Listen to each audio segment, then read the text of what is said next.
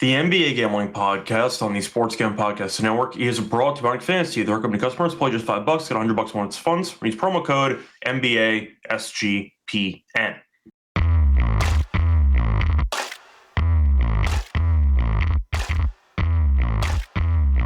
And welcome everyone to the NBA Gambling Podcast here on the Sports Gambling Podcast Network. It is currently Thursday morning, November 13th, around 11 a.m. Eastern. I'm Rose Rochelle going solo for this pod. Was going to be with Terrell, and then Terrell ended up having some computer issues, so he's actually with tech support at the moment. So either way, Terrell could not make it. Show must go on, and now I'm here solo breaking down a jam-packed slate for Thursday's card. Just kidding. The card kind of sucks. Only 3 games on the card, so we're going to get into all 3 of those games in a second. Before we get into those 3 games, though, a brief look at what happened on Wednesday.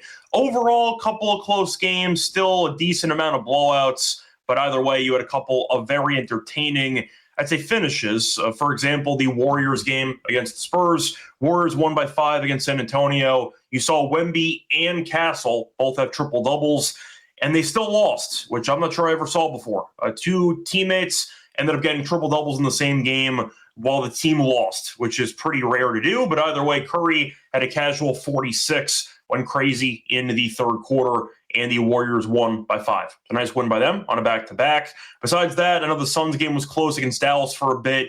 Flag missed a 3 in the corner, and then the Suns kind of blew it open after that. But either way, a nice win for the Suns, 7-5. I feel like people haven't noticed how good they've been to start the season. As for Dallas, you can't fire Nico anymore, but either way, point is the Mavericks still not winning many games as they are 3-9. There are rumors, speaking of firings, that Willie Green was going to get fired if the Pelicans lost to Portland. They did, because New Orleans stinks. So we'll see if Willie Green's still employed within the next few hours. But either way, nice win by Portland. Sharp had 35 points, so he ended up having a great game. I know Drew Holiday had a double-double, and Avdia was really good. He had 30-plus as well. But either way, nice win for Portland as they got back over 500. Besides that, though, saw a nice win by the G League Cavaliers, who are missing a bunch of key pieces. No Garland, no Mitchell, no Mobley, no problem, as they ended up winning against Miami. Got some revenge as they won by 14. Solid fourth quarter, outscored the Heat 37-19, and Jared Allen had 30. So nice job by him stepping up with a bunch of his co-starters being out for this matchup, but nice win for Cleveland. And once again, we'll see most likely Mitchell and Mobley, etc., returning to the lineup for Thursday since they are playing on a back-to-back. Besides that, a couple injury news pieces. Nice win by Orlando in New York.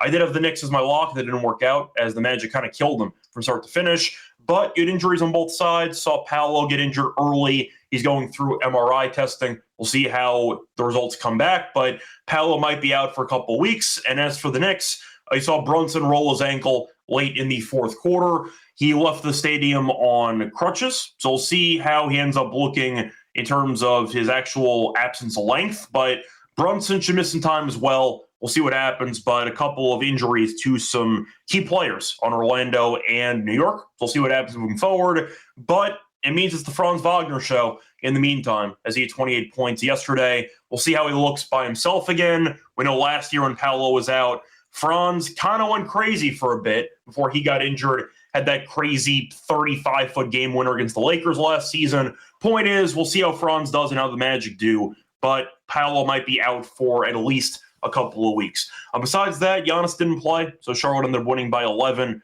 That was straightforward. The Grizzlies, Ja did not play. It didn't really matter because the team stinks anyway, but they got blown out by 36. Nice win by Boston there. And Washington is, I guess, pretending to be an NBA team, but not really, as they got blown out again, lost by 25. Rockets to score 100 in the first 3 quarters got there at around plus 162. But either way, once again, not too much drama. I believe you ended up seeing 2 or 3 of the games finish in single digits. I think it was 3 of the games. So another set of blowouts, and I have to at least mention one of the biggest blowouts of all. You had the Thunder, who absolutely curb stomped the Lakers. They won that game by what felt like 90, but it turned out to be about 29 points. It was ugly. It was a blowout early, and the Thunder led by a casual 32 points at halftime. Look, I know the Lakers had a good start to the season, but damn, the Thunder on a different level, and they absolutely just torched the Lakers the entire game on Wednesday. And I'll mention the Hawks, who ended up beating the Kings. They play again tonight. Hawks won by 33. The Kings offensively just shut down in the second and third quarters. 12 points in the second quarter, 22 in the third quarter. They got outscored by a ton during that stretch, and they lost the game by 33. So, look, the Kings we know stink. There's really nothing else to add. As for the Hawks, look, I've mentioned this before. I'll say it again this year. The Hawks got another one without Trae Young. They're currently 5-2 this season without Trae Young. I've mentioned this every year for the last, I'd say, couple of iterations of the show. I think the Hawks look better without him, and the results actually back it up in his career. So this is on StatMuse, by the way. So I'm not sure how accurate this fully is. I'm not sure if this also includes the game the Hawks did win on Wednesday. But according to StatMuse, in Trae Young's career with the Hawks, they have a win percentage of about .453. Without him in the lineup, a win percentage of .493. So the Hawks, for his entire career, have a better win percentage without Trae Young in the lineup compared to Trae Young being in the lineup. So that is definitely backed up stats-wise. But I've said it before, I think that they look good without him, and we saw them win again without him. 5-2 so far this season. We'll see if it's going to be 6-2 on Thursday. But is in Trae Young's entire career, their win percentage is higher without him than with him. So keep that in mind. But anyway, once again, not too much drama. A couple of close games, but a lot of blowouts in the National Blowout Association. We'll see what happens here on Thursday. Before we get into any of the games for Thursday, a reminder that you could also find all of the shows that we have at the network, whether it involves the NBA Gambling Podcast, whether it involves tennis, MLB, NHL, you name it. Point is, though, if you want different shows with the network, you find it in one easy location. Go to the SGPN feed on Spotify or Apple to subscribe today. You can get all of the episodes for every show in one easy feed. Search SGPN in your favorite podcast app, Spotify or Apple, and subscribe today. Once again, completely free to do so. So, starting off with the first game of 3 on the card.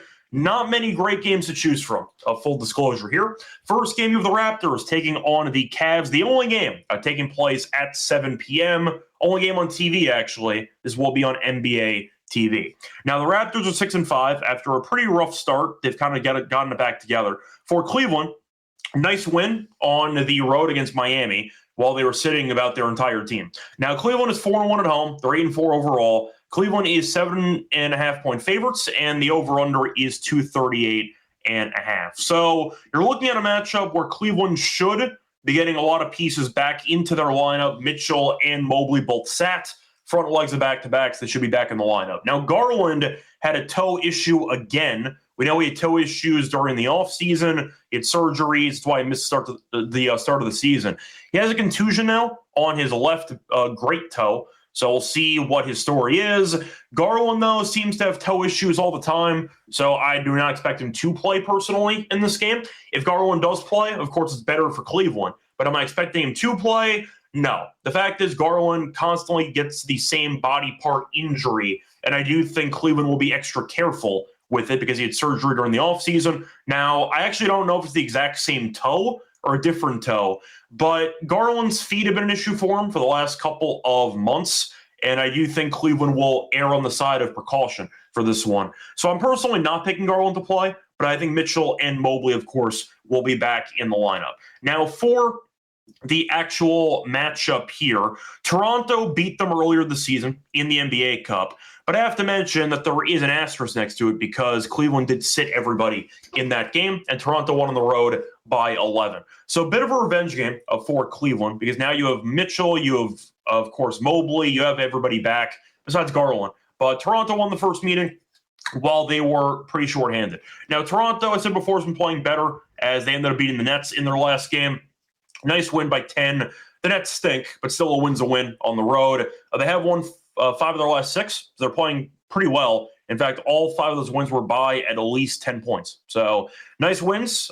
Beat Cleveland, who was shorthanded, beat Memphis, beat Milwaukee, beat Atlanta, and ended up beating the Nets. So not the best competition, but you know what? Wins are wins, not the problem. And now they are over 500. So for this matchup, I do acknowledge that Toronto has looked better recently. However, I do think Cleveland's better. I think Cleveland's a better team. You could argue that schedule spot-wise, it is not great because they went to Miami, played a very up-tempo game, scored 130, and they're traveling back home, playing on a back-to-back. It's really not the best spot. But I think Cleveland at home, of course, has a great environment, and I do think that Cleveland is also in good form. I mean, they lost the game in overtime to Miami when everyone was playing, but they've also won 5 of their last 6. So I do think Cleveland is the better team. I think Toronto, you could argue that the shooting's been inconsistent with this team, but I do think Cleveland just has a bit more depth when it comes to scoring, and I think that they're going to win the game. So I'll go with Cleveland in this one. Not saying it's going to be easy. I think Toronto can hang in there. But I do think you're looking at a spot where Cleveland is the better team. I think they'll look like it at home. I'll go with Cleveland. It might be close for a bit. You might find a better number in play. You might be able to find Cleveland at some point, maybe minus 4.5, something like that. But I'll pick Cleveland to win by 10. I think the game can be somewhat close, but I do think you're looking at a spot where Cleveland finds a way to pull away and to cover the spread. Do I feel great about it? Not really, but honestly, there's 3 games on the card, so you're kind of stuck anyway. But I'll go with Cleveland minus the 7.5 in this one. For the total, I think this is kind of interesting because I actually like the under in this game. I know Cleveland's offense has been quite good. Cleveland has scored at least 128 in, I believe it is 5 straight games, so they've been playing very well offensively. Toronto, though, after being an absolute mess defensively for the first couple games, have turned it around, actually. They allowed 109 to the Nets. I mean, they got killed by Philly the game before that. Allowed 97 to Atlanta, 100 against Milwaukee, 104 against Memphis, and 101 against Cleveland. They were shorthanded. But Toronto's defense has been better, and I think Cleveland's defense, which has not been as good as expected, will look better with Mobley back in the lineup. So I don't mind the under. I think 238.5 does feel pretty high. If Cleveland does end up getting to like 120 and change, there's no guarantee Toronto gets to 110 and change. So you might actually survive the under even if Cleveland does have a good performance. So based on that, I'll go with the Cleveland side, and I'll go with the under at 238.5. I see a comment by Daniel asking about Lante filling in. Coincidentally, Thursday is the only day that Lante can't do. So that was not an option for us. I had to go solo, so it is what it is. Would have asked Lante, but he's not available on Thursdays, so couldn't do it. Either way, checking out the comment section quickly, seeing who stopped by. I see JT stopping by. Happy early birthday to you. You said it's a birthday weekend. Hopefully you enjoy it. I see D. Johnson stopping by. I see a couple of other usual suspects here. Once again, happy birthday to JT. See Free stopping by. See Dropping Dime stopping by, mentioning the team total under. Yeah, once again, there is a chance Toronto's defense is a bit underrated based on what we saw earlier in the year. They have kind of turned a corner. I think that total is just too high. Cleveland on a back-to-back. They might try to slow the pace down. We'll see. I'm on the under for that game. Moving on to the next game on the card. Before we get into the next game, a reminder brought to you by our sponsor, Novig. So if you like some great prices, recommend checking out Novig, the number one prediction market for sports in America. You'll get some great prices, reduced juice on a bunch of different markets, available in a bunch of states, 35 plus. And a reminder, you can also get a nice discount deal with us, or a nice sign-up deal with us. When you download the Novig app, you can get $50 for free when you spend just $5 if you use the code SGPN and actually Novig, promo code SGPN. We're also brought to you by Underdog Fantasy. So if you like pick'em entries, chance to win 5,000 times your entry. You can mix some extra sports. You can mix an NBA option with NHL, with even tennis. A lot of options. But a reminder, you can win up to 5,000 times your entry by picking higher or lower on player stats. Also, you can check out the new offer they have for the customers. Play just $5 at $100 in bonus funds. Use promo code SGPN or our promo code NBASGPN. Welcome back, everyone, to the Again podcast. Finished going through the first game on the card for Thursday. Time to move on into the second game on the card. The Pacers taking on the Suns. Now, it is a bit unfortunate that you have a couple of bad teams playing when there's only 3 games on the card. You have the Pacers playing. I know Utah's been kind of feisty. Utah's at home. We'll get into that game in a second. But Indiana being one of the only 6 games on the card is not really ideal. Now, Phoenix has quietly been really good. Well, quietly, if you ignore all the comments Luis makes in the comment section, because he's, of course, the resident Suns fan, but they've been good. So they're 7-5. They've been on a bit of a heater lately. For the updated win streak, Phoenix has won 4 in a row, beat Dallas yesterday by 9. Not easy, but still a win. Beat New Orleans, beat the Clippers twice. So not the best competition. I think we all know that the Clippers are really bad. I mean, Joker dropped 50 3/4, so it happens. But Phoenix 5-1 at home. They're playing well. Indiana, though, 1-10. Only win was against Golden State. They lost to the Nets. That's how bad this team is. 0-6 on the road. So even though the Suns are on a back-to-back, damn, the Pacers stink. Yes, they have a lot of injuries, but you know what? This team is no bueno. For the injury report, no Furphy, no Jackson, no Cam Jones, no Mathurin, no Toppin, of course, no, got to mention Halliburton as well. There were some rumors that McConnell was going to come back for last game, and he did not. I want to quickly see if he is also out for this game. Actually, no, I take it back. He did come back against Utah. He didn't notice because they were down by 1 million points and they gave up 152. But McConnell was back last game. He played 11 minutes. We'll see how long he plays. But they have an actual point guard now. We'll see how many minutes, once again, he's in the lineup for. Now, as for Phoenix, I see no Jalen Green. Besides that, we'll see if they add people to the injury report because they're on a back-to-back. But everyone else seems to be healthy.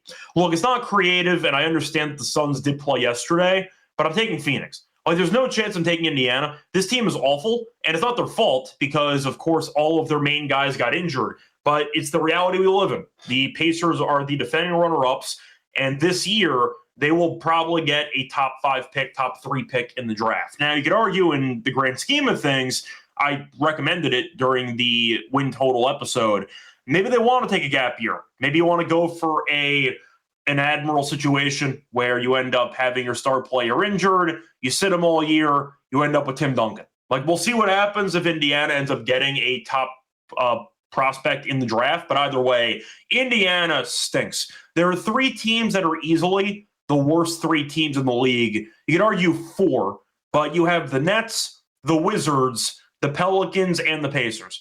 I think the Pelicans are a little bit better than Indiana based on record. So as of right now, you have 3 teams in the league with 1 win each, and Indiana is one of them. This team stinks. I got nothing else to add. I think Phoenix is a well-coached team. I think Ott's done a good job with that team. Booker looks good so far. The bench looks good. Grayson Allen at 40-plus points a game or 2 ago. I do think the Suns are the better team by a decent margin. And the Suns might quietly be a play-in or playoff team. This team's really not that bad. And you look at the West and all the teams underachieving. Phoenix could potentially be a play-in team or even better than that. They're really decent. And I feel like people are noticing just how decent they actually are. But at home, they're good. Give me Phoenix in the desert to get the job done, -4.5 there. Now, for the over-under, I got to go with the over in this one. I know Indiana can't score, and you can argue that it's kind of the same argument that I had for the Raptors game. Not, I'd say, the same exact situation, but the point is one team can definitely score in bunches, the other team not so much. Toronto's offense, though, is better than Indiana's. But Indiana gave up 152 to Utah. I can't ignore that. Phoenix has been playing well offensively, scoring 121-plus in 2 straight. I'll go with the over. I think Indiana forces some pace, but I do think you're looking at a spot where the Suns might just name their score. I don't mind the team total over for Phoenix. I think they get to 120 and change, so I do like the team total over for Phoenix in this game. But the fact is, when you give up 152 to Utah, that's got to set off some alarm bells. This team is really bad. And you know what? McConnell can maybe help out the offense a bit. We'll see if he plays 20-plus minutes or not. But I do think Phoenix should get to 120. Team total feels a bit short. I'll go for that over, and I'll also go with the Suns minus the 4.5. Moving on to the next game, final game on the card. Once again, short episode. We have one person doing the games, and it is, once again, a very limited slate. Moving on to the Hawks, taking on the Jazz. Hawks are laying 2.5. I said before, they look quite good without Trey. 5-2 without Trey in the lineup. Won the game yesterday by about 90. Via Jalen Johnson triple-double, my condolences. I know that he needed 2 more assists and didn't play. the entire fourth quarter. So you had some chances, but unfortunately, the blowout association is where prop overs go to die. But Utah is at home. They've been very good at home this season, and they are getting 2.5. The over-under is at 232.5. Now, I said a second ago, I do think Atlanta's better without Trey, and the results speak for themselves. However, Utah, we know, has been very undervalued at home so far this season, and they've cashed a lot of tickets for us on the show. Utah is 4-7. They are 3-2 straight up at home. So Utah has been very good ATS in general, and they're pretty good outright at 3-2. Atlanta, though, is 5-2 on the road. Now, they played yesterday, but they sat everybody for the fourth quarter. So I'd say rest should not be a concern, or lack thereof in this case, because they were able to coast against the Kings. Now, Utah scored 152 in their last game at home, lost to Minnesota by 7 the game before that. So they were on a back-to-back and scored 152, which makes Indiana's defense look even worse. Now, look, Utah at the end of the day is still a very dangerous home team in the Delta Center. I understand Atlanta's been playing well. They've won 3 in a row. Defensively, they've been very good. They've allowed less than 103 points in 3 straight. So I recognize Atlanta has played a lot slower without Trey. Defensively, they've been a lot more formidable. Utah, we know, is not a great defensive team, and offensively, they do score a bunch of points. So that does open up a bit of a conundrum for the actual over-under. Total's dropped a bit. It has dropped 2 points overnight, but Utah's offense is not the most consistent. Yes, they scored 152 against Indiana, scored 113 against Minnesota, 97 against Minnesota, 103 against Detroit, 105 against Boston, 103 against Charlotte, 96 against the Suns. Those were on the road, I will acknowledge, but the point is we have seen Utah have a couple of bad offensive games, so I do think this total feels pretty high to me. Atlanta defensively has been good, and when you have Dyson Daniels pressuring the ball handler, that can result in a lot of turnovers and really make life difficult for opposing guards.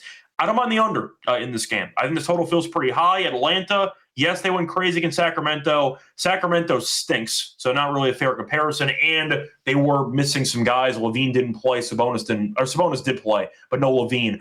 I do think the under is intriguing in this game, mainly because Atlanta offensively is really not worth a damn. Yes, they were good yesterday. That's kind of a one-off. I think Utah's defense is not good, but it's good enough to not get torched by Atlanta on a back-to-back. And I think Atlanta's defense and pace or lack thereof should limit the fast break opportunities for Utah. I'm on the under. I think that Atlanta in general does trend to unders when Trey doesn't play. The total feels a bit high. I'll go with the under in this game. I am going to go with Utah. I do think Utah at home has kind of earned a blind trust from me based on how often Terrell and I have been kind of mentioning Utah money lines at home. And they've been good. Getting points, laying points, doesn't really matter. They've been good to us this season. So I don't mind Utah to get the job done in this one. I don't mind the under, though. I think this total feels pretty high. I think you'll see a lower scoring game. Give me the under based on the lack of what I think should be pace based on how Atlanta wants to play. CJT, I'm mentioning it is a good revenge spot for Utah. Last time they played, Trey hit a half-court shot for the win, which I remember watching. I had the over in that game, I believe. But either way, point is Trey did kill their hopes and dreams in this stadium last season, and we'll see if Utah gets revenge on that with Trey out of the lineup. But either way, I'll go with the under, and I'll go with the Jazz at home getting plus money. Anyway, that's going to wrap it up for all 3 of the games. We'll do something a bit different, though, on the show. We got some time to kill, so before we get into the Lock and Dog picks, if you have any questions or anything you want to talk about in the comments section, bring it up. Could be potential trade rumors, could be actual props. Let me know in the comments section live, and I'll go through them now. But we'll do a bit of a Q&A, I guess, on the show. Check out the comment section, though. I see JT mentioning that Booker needs to get traded.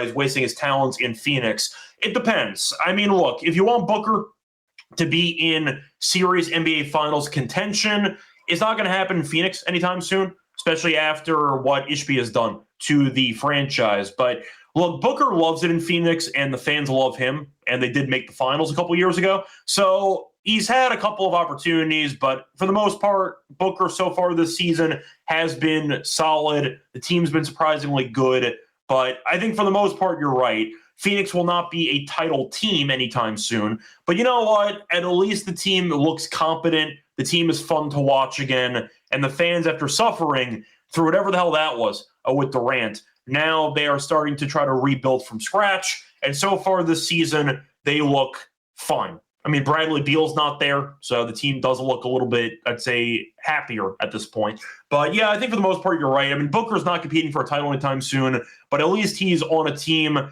that's fun to watch and a team that's actually above 500. So it could be worse for him. Look at the rest of the comments here. Trying to see if there's anything else here. I see a True mentioning that he likes Pirtle double-double in that game against Cleveland. I don't mind that. Pirtle, we know, can be a very solid double-double guy when he has it going. His points are only at 9.5, so you can find some decent prices. Double-doubles at plus 275. I like the find there. He has had a couple of double-doubles. I think you're looking at a good opportunity for him to maybe do some damage in this game.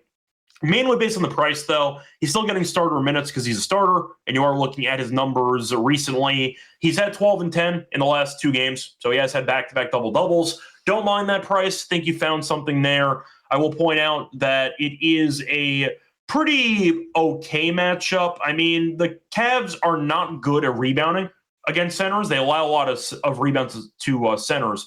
Points-wise, though, 4th fewest. So Pirtle's points might be a bit tricky for him in this game. The rebounds I'm fine with, but you might have more minutes because Mukashvili might end up not playing. So you might see Mukashvili sit, which could result in more minutes for Pirtle. We'll see, but I don't mind that price there at around plus 275. Think there's some value for this one. Seeing Free Sauce mentioning Nembhard points in that game for Indiana. Now, once again, Nembhard, even if McConnell gets a bump in minutes, should still play because Nembhard is one of the big pieces for this team. I will point out his points are at 16.5. He's at 22 plus in 2 of the last 3. In that game against Utah where they got buried, he did have 25. So he did play well. Phoenix is average when it comes to point guard defense. So I do think you're looking at Nembhard maybe having a decent spot.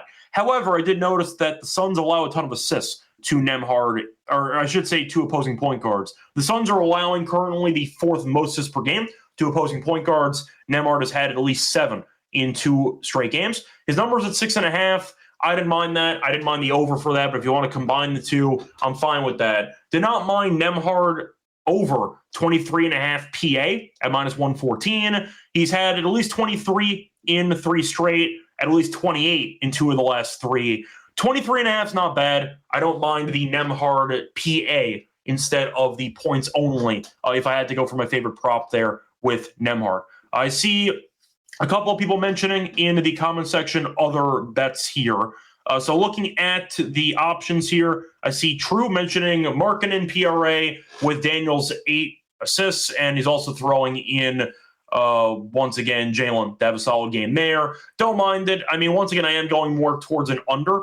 It is a lot of assists for Dyson Daniels, but I do want to point out that I do think that Dyson is capable of having a solid game here. He's averaging 5.6 assists. He has had at least 8 assists in 4 straight. So he has actually quietly been good at facilitating. So I don't mind that. If you want to go for Daniels double-double, I don't hate that based on his recent numbers. I feel like most people haven't noticed that Daniels has had 8+ assists in 4 straight. So I don't mind that. I mean, Markkanen, we know, is an absolute monster, so that could be a solid option in general. The rebounding can be a bit inconsistent for Markkanen. I know he had 35 points last game, so we'll see if he can keep it going. That's why Free Sauce is mentioning Laurie to lead the game in points at 135. I mean, I like that based on volume, so that could be fine. Luis mentioning Pascal double-double at +1 or +219, which I don't mind either. I mean, somebody's got a rebound on that team, and the fact is when you have a Suns fan mentioning props for the other team, I'm going to listen. So I'll go with Pascal double-double there as well at +220. See JT mentioning that the NBA draft class looks very deep. Does the guard from Virginia Tech look like Luka, or the guard from Louisville look like Donovan Mitchell? So, look, I do think it is a very good draft class. I'll point out, of course, there is the big 3 right now for the draft class. You have Boozer, you have Peterson, and, of course, you have AJ, and those will be the top 3 picks in some order. Now, Virginia Tech does have a pretty ridiculous other option, if you want to get a little bit bolder, who has been incredible so far this season. His name's tough to pronounce, but they have Abdalas, who's been incredible, averaging around 18.3 points per game, 7.3 assists per game. So, look, Abdalas looks nasty. he could be really good. So I need to see him a bit more. I haven't seen him against great competition. They had a nice, I think it was overtime win against Providence, I think it was, a couple of days ago, where he had a monster 33 points. So, look, if Dallas looks very good, he might go top 10. We'll see. I know Louisville had a great win against Kentucky in their last game. Fun game, too, a bunch of points. But either way, Louisville has some talent as well. They will be in the top 10 after this week. But they have one player in Brown who looks really good, averaging 19.3 points and 6.7 assists per game on around 51% shooting from the floor. There are some really solid options not named in the top 3 projected first overall picks. I do think that those two guys look very good. I mean, look, Luka is going to be a tough comp for anybody, but if Dallas does look very solid, and Brown looks very good too. So there are a bunch of solid players who are not going to be in the top 3, but you can still feel good about your team being in the top 10. There are a lot of guys who are going to be impactful in the NBA, at least based on what we've seen so far in their freshman years. It is a very good draft class, so keep that in mind. I see some questions, by the way, about hockey. By the way, Adam and I did do the propcast last night. I know Adam's traveling, so if you want some hockey plays, I actually did a prop show with Adam. I did 2 hockey plays on that one. One play that I have is Eklund for the Sharks. I have over 2.5 shots on goal at around plus 116. I like that price, and the hit rate has been quite good. Besides that, looking at some other comments here, I see Dropping mentioning that OKC might have 2 lottery picks. Fun fact, OKC is 12-1. Jalen Williams has not played a game yet. And on top of that, the Thunder have 3 first-round picks in the upcoming NBA draft. 3. Sam Presti broke the entire damn league. It is pretty tough to be in a better spot than the Thunder. Defending champions, your best player is injured, or second best player is injured, and you still are 12-1, beating the Lakers by 29 points. 12-1 without your second best player, and on top of that, 3 upcoming first-round draft picks. What a ridiculous plethora of riches the Thunder have with that franchise. Good for them. Once again, Presti's playing 4D chess, and everyone else is trying to catch up. So there we go. Anyway, it's going to wrap it up for the thoughts that we have for the actual card time and on into the lock and dog picks. Before we get into the lock and dog, reminder, they're brought to you by our sponsor, Rhythm. So if you like getting some model picks, check them out for college football, the NFL, and they added NBA. They also have college basketball. They have prop options for the NFL and the NBA as well. If you do like some props, check out Rhythm. They have computer model built props for you, so check it out. They also are doing giveaways every week in cash prizes. Just for tracking your bets in the app. So track 5 bets for model that you built, and you can win $1K. We also have a nice discount code with Rhythm. So if you want to get a discount trying out the platform, you can use code HOPENY25. Go down the app and get a core first month. That Rhythm, using a promo code HOPENY25 for quarter off your first month.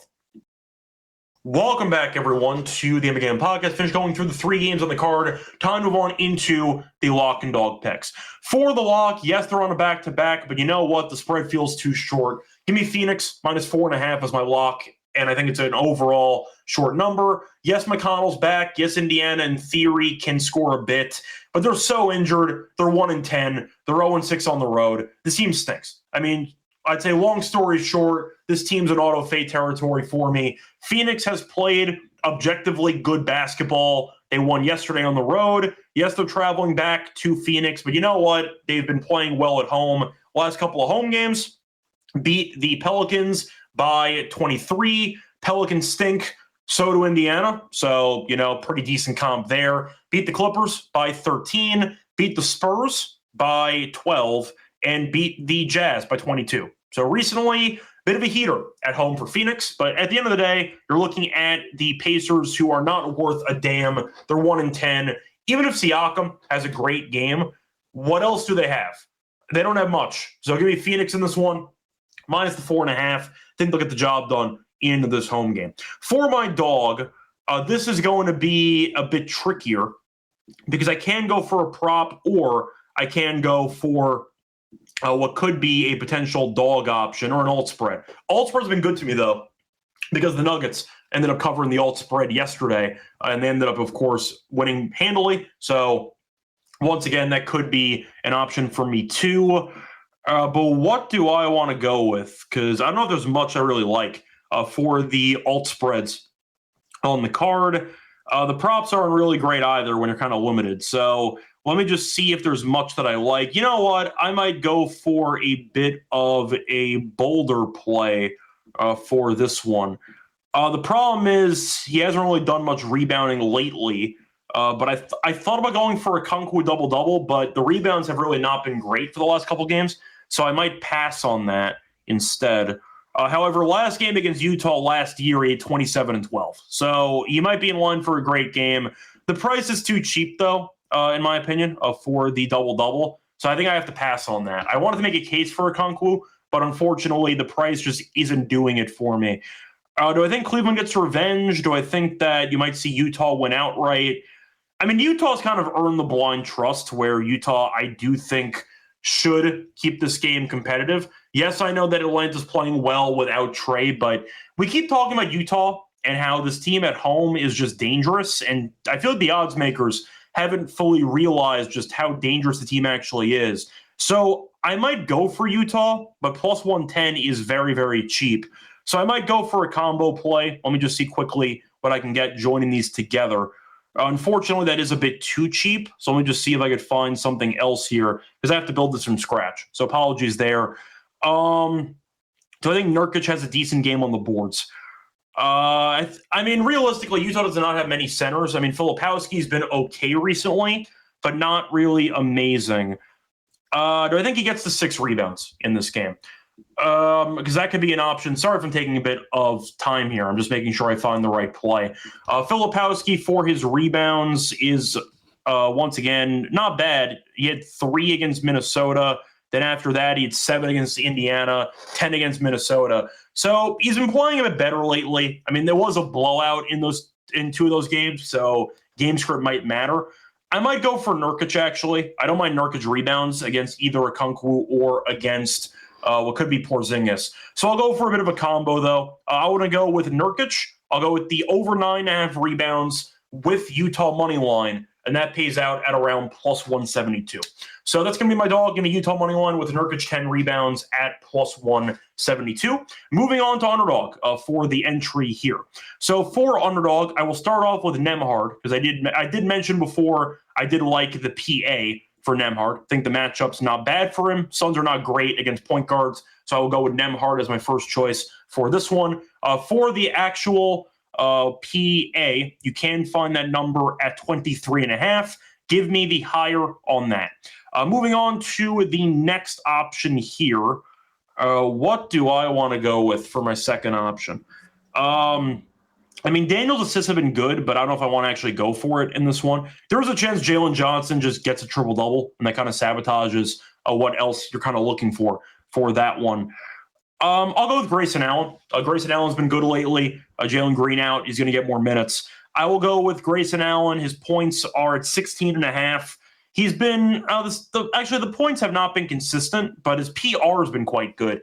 Give me the higher on the Grayson Allen 19.5 PR. He's had at least 20 PR in 8 of the last 10. I'll take that as well for this one. And for the last one, I will go for a different game.